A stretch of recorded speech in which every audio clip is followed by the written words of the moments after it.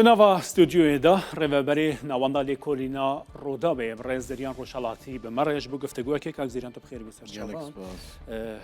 آرمانج آمریکا جدانستاندران چه بو؟ يعني أبا وكو ترامب بخو بحث ذكر وكي أوانجي دقوتن سه چار أرمان جواني أساسي هبو يكجي مثلا برنامج أتومي سورانيان بكن؟ سورانيان وكو ويكا أمريكا خوي بخوي باسي أكر وبوكر چند أمانجي كي سريكيان بوستيف ويتكاف بروني باسي كر كأوان أمانجيان لدانستاندن لقل إيرانا يكم برنامج أتومية دوام برنامج مشكية كبيوستا رنجی موشکەکانیان دابەزێنن بۆ خوار 500 کیلومتر دووەم سێمیش نفوزی ناوچەی ئێرانە و چوارەمیش شتێکی ڕانەگەێنراوە بە قەناعەتی من پەیوەندی بە ئەو دەستکەوتە ئابوووریانەوە هەیە کە لەم ڕێکەوتنا دەست ئەمریکا بکرێت هاکان فیدان وەزیری دەرەوەی تورکیا چەند ڕۆژێک پەر لە ئێستا باسیەوەی کرد کە ئەوان ئامۆژگاری ئەمریکیەکانیان کردووە کە بێن چی بکەن قۆناغ بە قۆناغ لەگەڵ ئێرانیەکانە دانوستان بکەن سەرەتا مەلەفی ئەتۆمی دواتر مەلەفی موشکی و دواتر ئەوە بەڵام ئێرانیەکانیش خۆیانیان گوت تەنیا ئێمە لەسەر بەرنامەی موشکی گفتوگوەکەین بۆیە ئەتۆمی بەرنامەی ئەتۆمی بەڵێ بۆیە ئامانجی سەرەکی ئەمریکیەکان هەر لەسەرەتەوە ڕوون بوو ینی بە حەقیقەت ترامپیش خۆی چەند جارێک باسی کرد لە قسەکانیشیا کە لە پێش کۆنگرێسا کردی لە ڕۆژانەی ڕابردووە دیسان هەر بەڕوونی باسی ئەوەی کردەوە کە ئەو بەرنامەی موشکی ئێرانی بەلاوە جێی مەترسیە ئەو مەسەلەی پشگیریکردنی لە هێزەکانی بەلاوە مەترسیە و بەرنامە ئەتۆمیەکەشی بەلاوە مەسەلەیە و مەوزوعە بۆ سەر نەگرت دانوستاندران دانوستاندن سەری نەگرت لەبەرەوەی کە سەرگرتنی دانوستاندن پێویستی بەوە هەبوو یەکێک لەلایەنەکان پاشەکشەیەکی گەورە بکات بۆ ترامپ شکستێکی گەورە بوو ئەگەر بێت و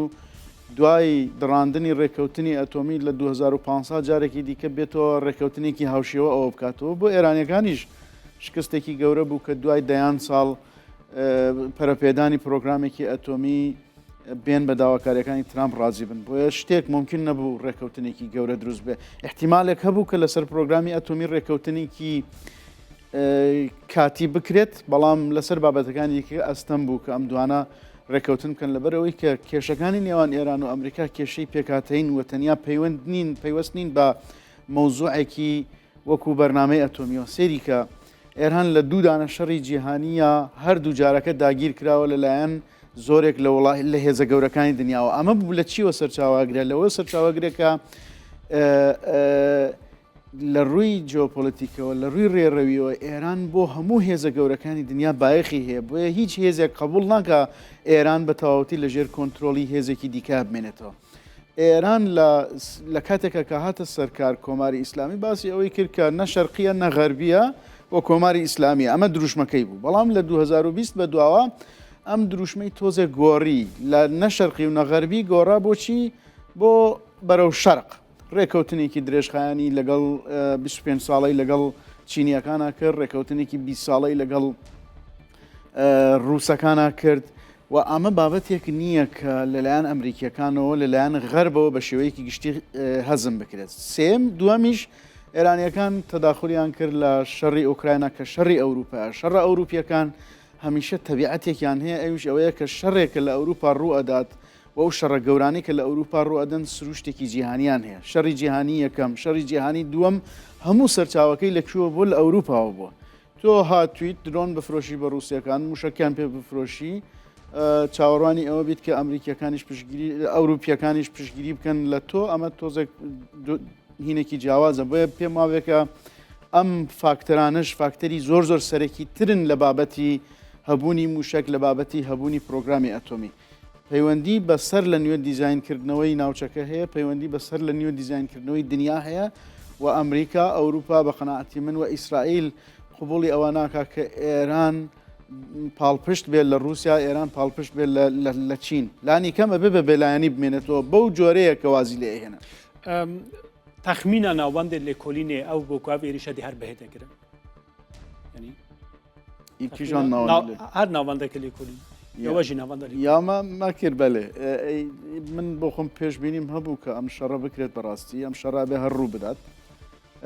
زۆرێک لە ناوەندەکانی دیکەش پێشبینیانە کرد کە ئەم شەڕە ڕوئەدات هەندێک شوێن هەبوون کە ئێغراقەکەن لە زیادەڕۆییەکەن لە دەرخستنی توانایی لایەنەکانە بەرامبەر بە یەکتر چی لایەنی ئەمریکی و چی لایەنی ئێرانی بەڵێ ئێران هێزێکی ئاسمانی گەورەی نییە بەڵام ئێران نێتۆرکێکی هەیە و لە هەمان کاتیشا ئێرانیش موشکی هەیە کە ئەتوانێت بەڵام ئەم موشەکەش نامەحدود نییە ینی بە شێوەیەکی سنووردارە و لە هەمان کاتیژە تۆ ناتوانانی توانای ئەمریکا و توانای ئیسرائیل و توانای تیارکردنی ئەو هەموو وڵاتانی کە ئەمریکا ئەتوانێت لە ساتێکی وەرچەرخاندا لە ساتێکی کە پێویست بکات بیان خاتە حرەکەت ناتوانانی ئەم توانایش لە هین بگریت. ئەمریکا 1 تریلیۆن دلار بودجەی سەربازیەکەیەتی. ئەمریکا گەورەترین هێزی سەربازی دنیای هەیە لە دنیا کە لە 150 وڵاتی دنیا حزوری سەربازی هەیە و ئەمریکا تقریبا لە 19 بنکەی هەمیشەیی و کاتی لە ڕۆژهەڵاتی نێوەڕاست لە تورکیا و هەتاوەکو دەریای عومان لە 19 بنکەی هەمیشەیی و کاتیدا زیاتر لە 40,000 هێزی سەربازی هەیە. فڕۆکەی هەیە کە ڕادار نایگرێتەوە یعنی ئەم توانایانەژە بێت لە بەرچاو بگریت کاتێک کە دی تحلیلەکەی لەسەر ئەم بابەتانە و دوای گواستنەوەی ئەم هێزە زۆرەی کە هاتووە بەرەو ڕۆژهەڵاتی نێوەڕاست دوودانە کەشتی فڕۆکە هەڵگیری گەورە تێناوە ئەمانە ڕۆژانە بە پێی ئێمە ناوەندێکی لێکۆڵینەوەی رووسی سەردانی کردین لە ڕۆژانی ڕابردووە باسی ئەوەی بۆ کردین کە بە پێی ئەو داتایانەی ئەوان کۆیان کردوتەوە خەرجی ڕۆژانەی ئەم هێزەی کە ئەمریکا هێناوێتە کەنداو و ئەم هێزەی کە ئەمریکا کۆی کردوتە لە منتیقا ڕۆژانە 20 میلیۆن دلار خەرجی تێچێت. ئەم 20 میلیۆن دلار خەروە بە ئاسانی خەرجی ناکە بۆ سیاسێکی وەکو ترامپ بە بەلاش بیهێنێت بیخاتە سەر ئەوە.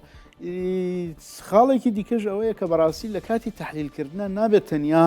سەیری ئەو شتانە بکەیتەوە لە ئەعلام بڵاوکرێتەوە ئۆکێ ئەو شتانێکەوە لە ئەعلام بڵاوکرێتەوە ئەو شتانەیە کە سیاسیەکان ئەیانەوێت ئێمە وابیر بکەینەوە بەڵام چ شتێک هەیە کە ئەوان نانەوێت ئێمە بیزانین بێت لەم شتانە بکۆیتەوە هوەری تحلیلکردن هوەری شرۆڤەکردن ئالەمایە باوەڕاتە ئێریش شتێ بەردەوام بن لێ درێژە بکێشەفشار. ئەمە من سەیری قسەکانی ترامپەکەم سەیری هێزە عسکەریەکە ئەەکەم و سەیری قسەکانی ئێرانیەکانەکەم و سەیری قسەکانی ئیسرائیلیشەکەم بە گوێرەی هەموو ئەمانە و توانەکانیش کاتێ هەموو ئەمانە ئەدەمە پێشچاو پێم وا بە هەتاوەکو یەکێک لە لایەنەکان پاشەکشەیەکی گەورە نەکات لە داواکاریەکانی خۆی کە ئەم معنای تەسلیمبوونی یەکێک لە لایەنەکانەدات ئەو شەڕە بەردەوامە بێت. ئەگەر هەیە و سند شەڕ ڕابگرن دانوستاندناکردن هەبیت سیناریۆ دووبارە بێت ینی دانوستاندن تەنیا وەکو خەیمەی سەفوان مەگەر وەکو ئیرانی دەبێژە دیسان دە ناو دانوستاندران ئێریشی بڵێ بێگومان هەرەوەیە ئیجا ئیرانی جارێک نە ئێرانیەکان متمانیان بە ئەمریکیەکان هەیە ئەمریکیەکانیش متمانیان بە ئێرانیەکان هەیە هەردووکی ناکەن. ئەرێ بەس هەجارە دیش ئیرانی گوت متمانە نییە بەس ئەمی دانوستاندنی بکەن مەجبوری بوو بەڵام هەردووکشیان ئەیانزانی کە دانوستاندنیش بکرێت ڕێکەوتنیش بکرێت دیسان احتیمالی لێدان هەرەیە. باشە کاک زریان دەست خۆش بۆوان گفتگۆ بەمارەکردان کەنێم هەندێک دیمانە ببینن تەماشاوانی بڕێز لە ئاسمانی قەتەرێ ئەمێ دیمەنێکە زەندی ببینن کۆ لەوێ دەرێ بەرگری ئاسمانی و دیارە بەرگری کردە موشک تەقاندنش بەرکۆ دووکەڵ دیارە لەوێ دەرێ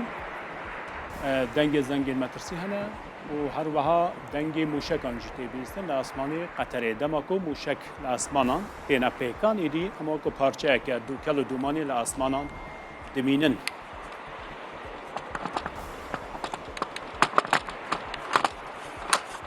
قەتەرە کۆ بنگەیەکە مەزنی ئەمریکای لێ هەیە ئیرانی چەندین جاران ئیرۆ ئێریشی سەربێ بنگەها ئاسمانی کرد قەتەرێکی ڕاگەاند وان چەند موشکین ایرانی لە ئاسمانان خستن ئەخوارێ و دوو ژوان موشەکانژ مەدیر کۆ لە ئاسمانان بەکە دوو کەلاکی مابوون دەبەکۆ بەرگری ئاسمانی لێدابن و ئەو موشک لە ئاسمانان تەقان دەبن. ئەوێریشین کۆ بەڕێ موشەکان تێناکردن سەر قەتەرێ تنێ قەتەرینە بەلکۆ لە هەموو ئەو ناوچەیەندنی کۆ بنگەن ئەمریکا لێ هەنە تێناکردن وەکە بەحرین وەکە ئیمارات وەکە عەرەبستانە سەعودی ئوردن و کوێتێژی ئێریش هاتنەکردن هەندێک موشەن کەتنە خوارێژی ji ber ku dengê teqînan hatiye bîstin bi taybetî ya li Behrênê her vîdyoya wê heye ku dûmaneke mezin li bingeheke Amerîka bilind dibe û mûşekên Îranê li vê derî ketine. Li Qeterê jî Qeter dibêje wan hindek mûşek li asman teqandine û xistine xwarê. Dîmene ku me cidît ev niha Qeter ew esmanê vê bû ku du mûşek li asmanan hatibûn teqandin û dûkel û dûmana wan li asmana mabû ve ku ev dibe bû cara sê yan çarê be İran به موشکان ایریشی بنگه آمریکا یا لا قطره بکه بیمانی زندینه دەوحەیە پایتەختە قەتەرەیە و لە بێدەرێ بنگها هەری مازنی ئەمریکای لێ هەیە و یارمانجا بان موشەکان کۆ ئیرانی بەرێژی گوتبوو هەر ئێریشێک بێتەکردن لەسەر ئیرانێ ئەو دێ هەموو ئەو جێن کو هێزن ئەمریکای لێ هەنا بکەن ئارمانجا خوا بەرپرسێن ئەمریکیین ئیرانی دەبێژن کو نەتەنێ سەربازی بەلکە بەرژەواندیên وانیên ئابووری ژیاوێ بکەنە ئارمانج و وان هێلا سوور ji بۆ تو هێز و تو نزیکên ئەمریکای نینە ji bilî bingehên ئەمریکای بۆ سەر ئیسرائیلê ji xwe êrişên îranê hene û tênekirin kak zeriyan ew êrişên ku îran li ser wan bingehan dike dê çi qasî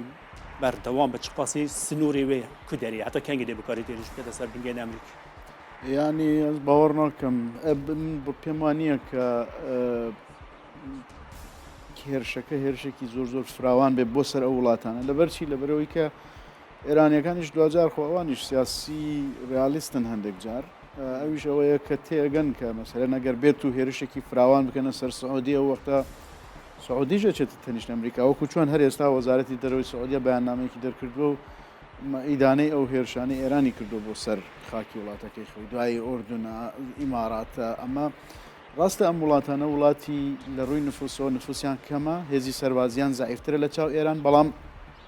بێجگە لە ئەمریکا ئەمانە هاوپەیمانی گەورەیان هەیە لە سەدا 90 وزەی چین لە کێوە دابی نەکرێت لە کەنداوە دابی نەکرێت لە سەدا 20 وزەی دنیا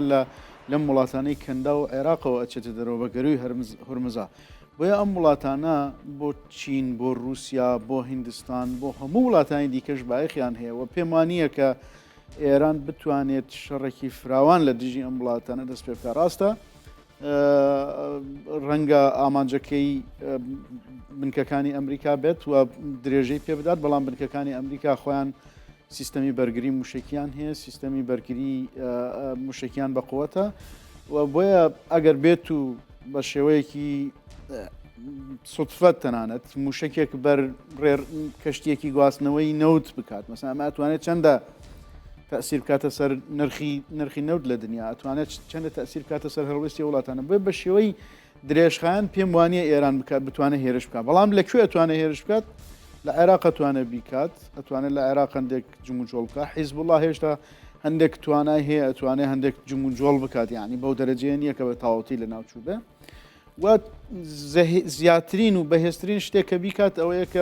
هێرشی بالیستیکی بکات لە ڕێگەی دوورەوە بەرەو ئیسرائیل تانگاوا هۆرمزێ چەک و هەری گرنگ دەدەست ئیرانی داوا و هۆرمزێ بگریت هەتا نها نەگرتیە ئەگەر هەیە و شتێک بکە ناتوانێت بیشتوانێت مانۆڕێکی سەربازیان کرد لە ماوەی چەند ڕۆژی ڕابردووان نابوو داخستنی هۆشمەندانەی گەروی هورمز ئەو داخستنی هۆشمەندانە چیە یعنی بە جۆرێک ئێمە گەروەکە دابخین کە مەسەلەن ئەوانەی کە هاوپەیمانی ئێمە خەینا نەوتی ئەوان بڕوات بەڵام هی کەسی دیکە نەڕوە تۆ کاتێک کە ئەمە بکەی خۆ ئەمریکا و ئیسرائیلی شەروە دەستەوەسان ناوەستن بۆی کە مەسەلەن تۆ ڕێگە بدەیت نەوتی عێراق بڕوە بەڵام تۆ ڕێگە نەدەی نەوتی سعودی بڕوات مەسەلەن ئەویش نایڵە تۆ بچی بۆیە بە قەناعەتی من ئەمە تەسیرێکی جیهانی ئەبێ بابەتێکی گەورەترە لە ئێران بابەتێکە پەیوەندی بە چینەوە هەیە بابەتێکە پەیوەندی بە رووسیاوە هەیە بابەتێکە پەیوەندی بە هیندستانەوە هەیە پەیوەندی بە هێزە گەورەکانی دنیاوە هەیە پێم وانیە ڕێگە بدرێت و پێم وانیە ئێران بتوانێت بۆ ماوەیەکی درێژ بابەتی گەروی هورمز وەکو کارتێکی گەورە یا چینێ دیارە هێلا بازرگانی ڕەهەندە بازرگانی زۆر بەهێزە لێ رووسیا خۆ ڕێککەفتنە دیگەل ئیرانی هەیە ئیران دەبێژە بەرگریە ژێر خوا دەگرە رووسیا حتا کەنگی دێ شتیوانە رووسیا هیچ کاتێک نەیگوتووە ڕێکەوتنی من لەگەڵ ئێرانە ڕێکەوتنێکی بۆ تایبەتە بە بەرگری و ئەمە پوتین زۆر بەڕاشکایی باسی ئەمەی کردووە و دووش لە کاتی تاکەش یەکێک لەو دەگمەن شوێنانەی کەوا لە کاتی شەڕی 12 ڕۆژە هێرشی نەکرایە سەر زانی کوێ بوو شوێنانە بووکەوە ڕووسەکانیشیان تێکرد لە بوشار و ڕووسەکان پێشوەخت ئاگادار بوون لەوەی کە ئەمریکا هێرشەکات ئیسرائیل هێرشەکاتە سەر ئێران و بە قەناعەتی من ئێستاش هەر ئاگاداریەکیان هەیە بە نوعێک لە ناوەکان ئاگادار بن چین و رووسیا هەڵ نایەن لەسەر ئێران شەڕ ناکەن بۆ چین و بۆ رووسیا ئێرانێک کە کێشەی هەبێت لەگەڵ ئەمریکا باشترە لەوەی کە بۆ رووسیا زیاتر ئێرانێک کە کێشەی هەبێت لەگەڵ ئەمریکا زۆر باشترە لەوەی کە ئێران کە ڕێکەوێت لەگەڵ ئەمریکا یاخود بگۆڕێت و بۆ چین ڕەنگە ئەم بابەتە تۆزێ فەرق بکات تقریبا لە سەدا دەی وزەی چینیەکان لە ئێرانەوە دابی نەکرێت لە سەدا 90 لە وڵاتانی دیکەی کەنداوەیە بۆیە حەلکردنی ئەم بابەتە ڕەنگە ئەوەندە کێشەیەکی هین نەبێت دروست نەکات بۆ چینیەکان وەکو ڕووسەکان زۆر پەرۆشی ئێران نەبێت. هەڵوێستێکی ئەوروپایژە هەیەکان بزانن چییە؟ یەکەتی ئەوروپای هەڵوێست هەبووە ڕاگەهاندیەکۆ بە سەدەما تێکچوونە ڕەوشە ئەمنی کۆ بلەجیا و ڕەوشە تێکچوویە و دەستپێکردنا ئێریشن سەربازین ئیسرائیل ئەمریکای بۆ سەر ئیرانێ وان بڕیاردایەک و کارمەندێن خۆیان نائەمنی لە ڕۆژهەڵاتە ناوین ڤەکشینن. کایا کەلاسکۆ بەرپرسا سیاسەتە دەرڤە یەکەتیە ئەوروپایە دەپۆستاکی دەتۆ ڕاژڤاکیە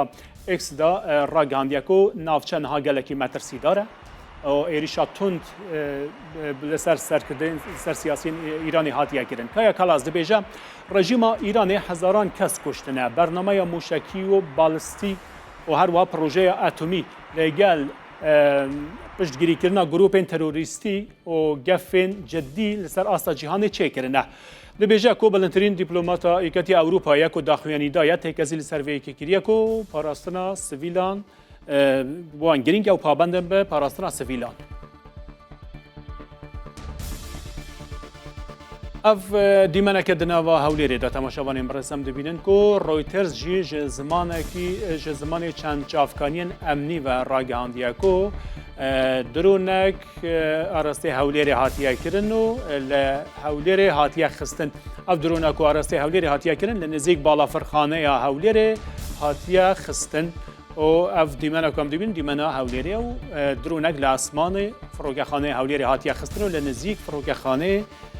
کەتیە هەلبەر لە ئاسمانی لێدا ناوخستنە و تەقاندنە پاشێ کەتیە. دیمەنێن هەولێرە نەکۆ لەسەر ئەکرانی ئەم دەبینن نوچەیاوێژی ڕۆیترزێ ژە زمانێ چەند چافکانیان ئەمنی و گوتیە کۆ درۆنێک نەگوتیەژی کۆ دەری هاتیە شاندن لێ درۆنێک ئاراستی هەولێرە هاتیەکردن و لە ئاسمان هاتیە تەقاندن و لە نزیک باڵافرخانەیە ناودەولەتیە هەولێرێ کەتیە خوارێ. هەڵوێستا یەکەتی ئەوروپای ئەف بوو و بە ئەوەیەکی دەبێژە ئیران هەموو جیهانی دەخە مەترسیەدا لێ دیسان دەبێژە سڤیل گرینگن و ئەو دێتنێ پرسۆنەلێ خۆی یەن نەئەمنی لەژێر ڕۆژهەڵاتە ناوین ڤەکشینن یەن ئەمنی دێ بمینەوە چۆ دەنرخین هەڵوێستا یەکەتی ئەوروپا یانی هێزن ئەوروپا لێن ناوچەیە ببینن؟ ئەوروپا پشتگیری ئەم هێرشا کات وەکو چۆنیش لە هێرشی دوانزە ڕۆژە ئەو پشتگیریان کرد بە شێوەیەکی ڕانەگەێنرا و پێم وایە هەر هەمان هەڵوێستیانە بێت لەبیرت نەچێت سێدانە وڵاتی ئەوروپی بوون بەریتانیا و کشوەری ئەوروپامە بەسمە نەگیەکێتی ئەوروپا سێدانە وڵاتی ئەوروپی بوون کە ڕێگایان کردو بۆی کە سزانانی و دەوڵەتیەکانی سەر ئێران لەسەر پرۆگرامە ئەتۆمیکەی بگەڕێتەوە ئەگەر ئەوان نەبوویان ئەم شتە ڕووی نەئەدا بۆیە ئەوان تەرەفێکن لەم بابەتەیە و ئەوان بەشێکن لەم خەزیەوە ئوسترالیا بەڕسمی پشتگیری کردووە لە هێرشەکەی ئیسرائیل و ئەمریکا بۆ سەر هین ئەوەی کە دژی بابەتەکەن چین و رووسیا بەڵام تەنیا ئیدانیان کردو ینی ئیدانەکردن شتێکەوە بەوەی کە بە عمل شتێکی دیکە بکەی وش بابەتێکی دیکە بۆیە ئەوروپا بە قەناعەتی من دوجار لە ڕێی سیستەمی بەرگریکردنەوە بە تایبەتی لە دەریای مەدیتەرانەوە لە کەنداوە هۆکارێکە بێت بۆ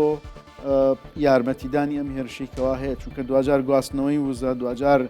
مەسلەی یەکلابوونەوەی بەرنامەی ئەتۆمیەکەی ئێران و بەرنامە موشکیەکەی ئێران بەرنامەی موشکی ئێران ئەوەندەی لەسەر ئەوروپا مەترسی ئەوەندە لەسەر ئەمریکا مەترسی نییە. ئەمزۆن کۆێریش حەجدا شعبی هاتیەکردن کوشتی و بریندار هەنا و درۆنێک ژنها لە ئاسمانی حەشتی شعبی لە جرفن نەسر باکووری بابل هێرشکراوەتە سەر لە سعات بە گوێرەی خەلەی ئەعلامی ئەمنی ئەڵێ لە 11:50 دقەیە ئەمی ئەمڕۆ لەوێ هێرشکراوەتە سەریان کەتابی سەید شوهەدا ئەلانی کردووە کە بەشدارە بێت لەم شەڕایە کەتابی حیزبوڵاش ئەلانی کردبوو پێشتر کە بەشدارە بن لەم شەڕە پێشتر 4 گروپی مقاومە ئیسلامی عێراق گوتویان ئێمە ئەگەر بێت و شەڕ بکرێت لە دژی ئێران بەشدارە بن بەڵام لەو تقریبا نزیکەی 7 گروپەیەوە هەن هەمویان نیان گوتبوو کە ئێمە بەشدارە بین لە شەڕێکاکەوە لە دژی ئێران ئەگەر دەست پێ بکات. ئەمە بێت درۆنێ دەبێت چ بە لە ئاسمانی باڵافرخانەی هەولێر هاتیە خست. هەولێر یەکێکە لە نزیکترین هەواڵی دیکەش هەیە بالمناسبە لەسەرەوەی کە على ئەساس هێرشکراوەتە میدیای ئێرانی زۆر باسی ئەماکات کە هێرشکراوەتە سەر بنکەی هەرێریش بە هەمان شێوە بەڵام ئەمە زیاتر شتێکی سمبۆلیکە بۆ ئێران و بۆ گروپەکانی محوەری مقاومە ئەوەیە کە بەڵێ ئەوە هێرشمان کردووە هەولێر دیواری بەرگری لە هەولێر تۆزە کورتترە لە شوێنەکانی دیکە بۆیە تقریبا یانەوێ ئەو ئیشارەتە بدەن کە بڵێ لە هەر شوێنێکە ئەمریکا حزوری هەبێ ئێمە هێرشەکەینە سەری و ئەمە زیاتر ئامانجەکە ئەوەیە. بله او جدن کو امریکا حضور هنا ولات نافچه نه یک جوان اردن راگهاندیا کو دو موشکن بالستیک ایران ج اسمان ولات وان کتنا خواره واته هزن اردنی بری کو ایریش سر اردنیج بیت کرن ارتش به راگهاند بو کو هزن ولین اسمانی ل اسمان دگرن جبر روبروبون هر ایریشکی دو موشک خستنا خواره بردف که حکومت آلمانیا راگهاندیا کو اسرائیل بری ایریش سر ایران او آگادار کربون و چاودێریا پێشهاتان دکن او حکومت آلمانیا کو به فرمی راگهاندیا بردف که حکومت آلمانیا گوتیه اسرائیل بری ایریش او آگادار کربون که ایریش ایران بکن و آلمانیا چاودێریا و ایریشا لسر ایران دکه کارزریان جارا دجی آلمانیا همه ولاتا که تندتر بول این اروپا لسر ایران حتی سروکوزیری آلمانیا گوتی دی رژیم ایران دروژن خوین داویه دایا و اسرائیل کارک باش کرد. ئەڵمانیا یەکێک لە وڵاتانەیە کە بە شێوەی نەریتی لە دوای جەنگی جیهانی دووەمەوە پشتگیری لە ئیسرائیل دەکات و سیاسەتەکانی هاوتەری بە لەگەڵ سیاسەتی ئەمریکا. ئەمریکا چی ئەڵە زیاتر بە دوای ئەوە ڕامەش هۆکارێکی زۆر سادەی هەیە. ئەڵمانیا یەکێکە لە وڵاتانەی کە چەکی ئەتۆمی نییە بۆیە لە سیاسەتی دیفاعی و سیاسەتی استراتیژی خۆیان زیاتر پشت بە ناتۆ پشت بە ئەمریکا و پەیوەندی لەگەڵ ئیسرائیل لەبەستێت. بەڵام خاڵێکی دیکە هەیە ئەویش ئەوەیە کە ئەڵمانیەکان کێشیان لەگەڵ هەندێک جموجۆڵ و چاڵێکی حیزبوڵای لوبناان و ئێرانیەکان لە نێو ئەڵمانیا هەیە و پێیان وایە کە ئەوان تۆڕێکی پەیوەندیان دروست کردووە کە تۆڕێکی پەیوەندی بە تایبەتی لایەنگر وە پرۆ ئێرانی هەیە لە ئەڵمانیا کە ئەمە مەترسیە بۆ سەر ئاسایشی نیشتیمانی ئەوان پێشتریش هەندێک ڕوودا و ڕوویداوە لە وڵاتەیە تایبەتی دژ بە معارەزەی ئێرانی و ئەمانە بۆیە ئەڵمانیەکان بە شێوەیەکی ڕوون سیاسەتێکی دژ بە ئێرانیان هەبووە لە کۆنەوە تاوەکو ئێستا. فەرەنسا پەیوەندیەکی تۆزە نزیکتری هەبووە لەگەڵ ئێران، بەریتانیا تۆزێک نزیکتر بۆ لە ئێران، بەڵام ئەوانیش بەهۆی ئەم ڕووداوانەی ئەخیرەوە ئەوانیش بەهۆی پرۆگرامە ئەتۆمیەکەەوە زیاتر دوورکەوتونەوە لە ئێران.